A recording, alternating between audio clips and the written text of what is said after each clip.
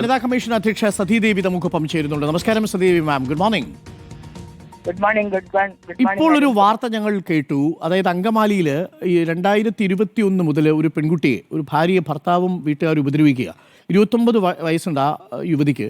4 വർഷമായി അവർ ആദ്യ പ്രസവത്തിൽ പെൺകുട്ടിയായി പോയി എന്നുള്ളത് കൊണ്ടാണ് ഈ പീഡനം.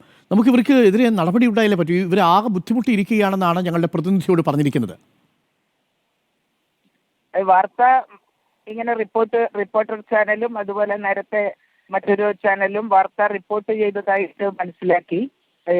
ഏറെ ഞെട്ടലുണ്ടാക്കിയിട്ടുള്ള ഒരു സംഭവമാണ്. കേരളീയ സമൂഹം വളരെ പുരോഗമനപരമാണ്, ശാസ്ത്രബോധമുള്ളവരാണ് എന്നൊക്കെ നമ്മൾ അഭിമാനിച്ചു കൊണ്ടിരിക്കുമ്പോഴാണ് ഇത്രയും വികലമായിട്ടുള്ള ധാരണകൾ നമ്മുടെ കുടുംബത്തിനകത്ത് നിലനിൽക്കുന്നു എന്നുള്ള കാര്യം വ്യക്തമാവുന്നത്.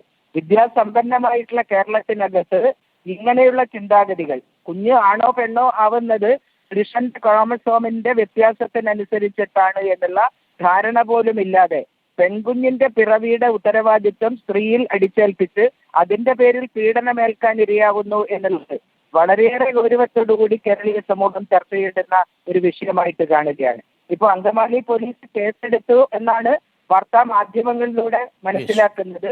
വളരെ ക്രൂരമായിട്ടുള്ള ഒരു അനുഭവമാണ്. ഈ ഒരു കാരണത്തിന്റെ പേരിൽ ഒരു പെൺകുട്ടിയെ, ഒരു സ്ത്രീയെ വളരെ നിഷ്ഠൂരമായിട്ടുള്ള പീഡനങ്ങൾക്കിരയാക്കി ആശുപത്രിയിൽ അഡ്മിറ്റ് ചെയ്യേണ്ടി വന്നിരിക്കുന്നു എന്നുള്ള ഒരു വാർത്ത ഏറെ ഞെട്ടലാണ് ഉണ്ടാക്കിയിട്ടുള്ളത്. ഈ യുവതിക്ക് എന്തെങ്കിലും സഹായം ആവശ്യമാകുന്ന പക്ഷം വനിതാ കമ്മീഷൻ അത് ഒരുക്കി കൊടുക്കുമല്ലോ അല്ലേ? ഇവരുമായിട്ട് എന്തെങ്കിലും ബന്ധപ്പെടില്ലേ? തീർച്ചയായിട്ടും ഈ സംഭവം സംബന്ധിച്ച് ഞങ്ങൾ പോലീസിനോട് റിപ്പോർട്ട് ആവശ്യപ്പെടും.